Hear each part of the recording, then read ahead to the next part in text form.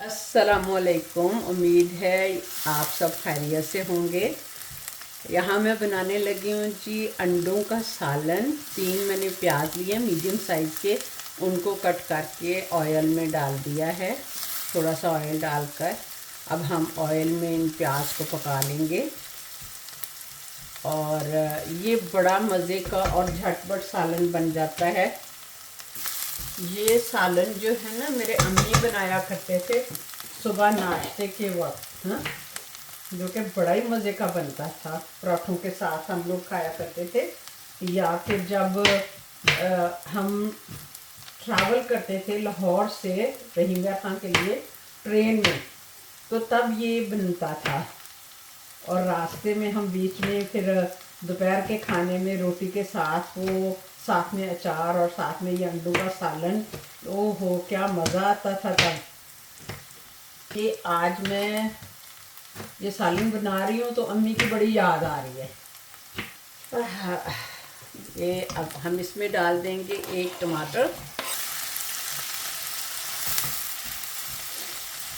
वो लोग कितने सादे होते थे, हैं? कोई इतने फैंसी खाने नहीं होते थे तब। वो क्या कहते हैं, कुंडी में सब सुरख मिर्चें कूट के तो वही सालन में डाल देते थे। सिर्फ क्या कहते थे, सब हल्दी मिर्चें और नमक, और उसी में उनका इतना जायका होता था। मैंने उनके हाथ का जायका था वो, और इतना मज़ेदार वो खाने बनाते थे कि आज भी उनका जायका मेरे मुंह में आ रहा है। तब भी चीज़ों में बरकतें होती थी और सारी फैमिली बैठ के खाना खाती थी एक ही टाइम पे। ये नहीं आज की तरह इस टाइम पे वो आया तो उसने खाना है, इस टाइम पे वो आया तो उसने खाना है। एक ही टाइम पे सब बैठ कर खाना खाते थे। मुझे अच्छे से याद है, माशाल्लाह हम इतने बहन भाई होते थे, लेकिन अम्मी नीचे ऐसे सफ बिछाती थी और बिछा के सबके बर्तन वहाँ लगा के तो सबको खाना डाल के देते थे, और इतना हम लोग एंजॉय करते थे।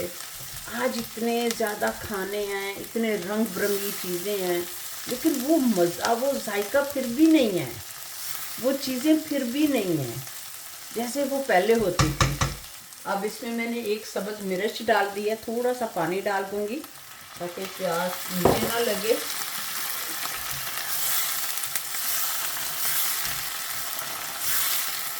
टमाटर जो है वो अपना पानी छोड़ के अगर गल जाएगा, फिर हम इसमें मसाले डाल देते हैं थोड़े थोड़े। वो ज़ुबानें दोबारा नहीं आ सकते, वो रहमतें बरकतें जो माँ बाप के साथ थी उनके घरों में, वो दोबारा आ ही नहीं सकती हैं। वो घर ही वीरान हो गए हैं।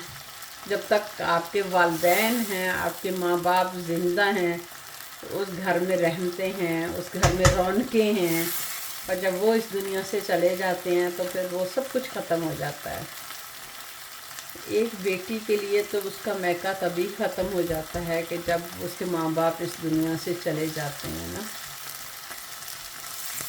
बेशक बहन भाई होते हैं, भाई होते हैं, भाभियाँ होती हैं, बहुत अच्छे हैं माशाल्लाह। अल्लाह ताला उन्हें ज़िंदगी दे, उनको खुशियाँ देखनी नसीब करे। लेकिन जो माँ बाप की बात है ना, वो उनका कोई नेमल बदल है ही नहीं। वो एक दिल में जो खिंच पड़ती थी, एक हुक सी उठती थी दिल में कि हाय पाकिस्तान पहुंचना, तो बस दिल करता था कि एयरपोर्ट से सीधे माँ की गोद में जाके सर रख दें। वो ख़त्म हो गई है, वो अब नहीं है। मैं जब वापस आती थी तो मेरी अम्मी दरवाज़े के पास खड़ी रहती थी जब तक कि मैं उनकी नज़रों से ओझल नहीं हो जाती थी, और मैं भी फिर पीछे मुड़ मुड़ के देखती रहती थी और इशारे करती रहती थी कि अम्मी चले जाए अंदर, बस अब मैं जा रही हूँ ना तो अब चले। उनकी आँखों में जो अश्क होते थे, आंसू होते थे, वो जितनी मर्जी दूर तक मैं चली जाती थी वो मुझे नज़र आते ही रहते थे। जिनकी माएँ ज़िंदा सलामत हैं, अल्लाह उन्हें सेहत और तंदुरुस्ती अता फरमाए।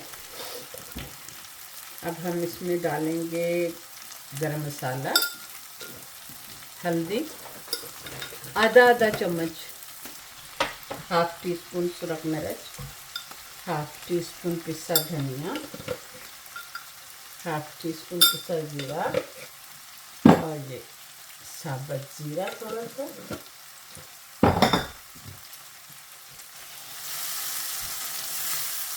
और इसमें डाल देंगे हम पानी का छींटा डाल दें थोड़ा सा,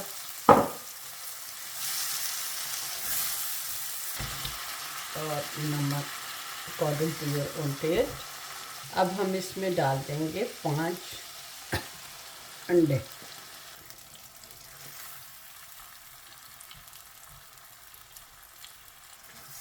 लो, ये झटपट बन गया हमारा अंडों का सालन। आपको पता है कि इस सालन का एक और नाम भी है, इसको ना खागीना भी कहते हैं। सच सच बताएं, किस किस को पता था? कमेंट में ज़रूर मुझे बताएं। अंडों का सालन हमारा गया बन।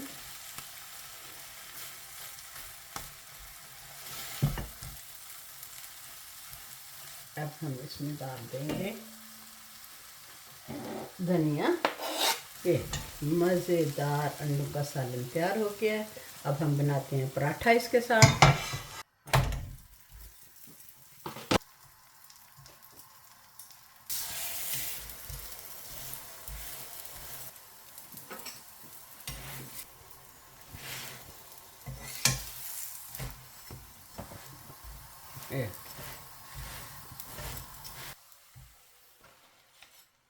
जी, अंडों का हमारा सालन तैयार और साथ में मज़ेदार पराठा।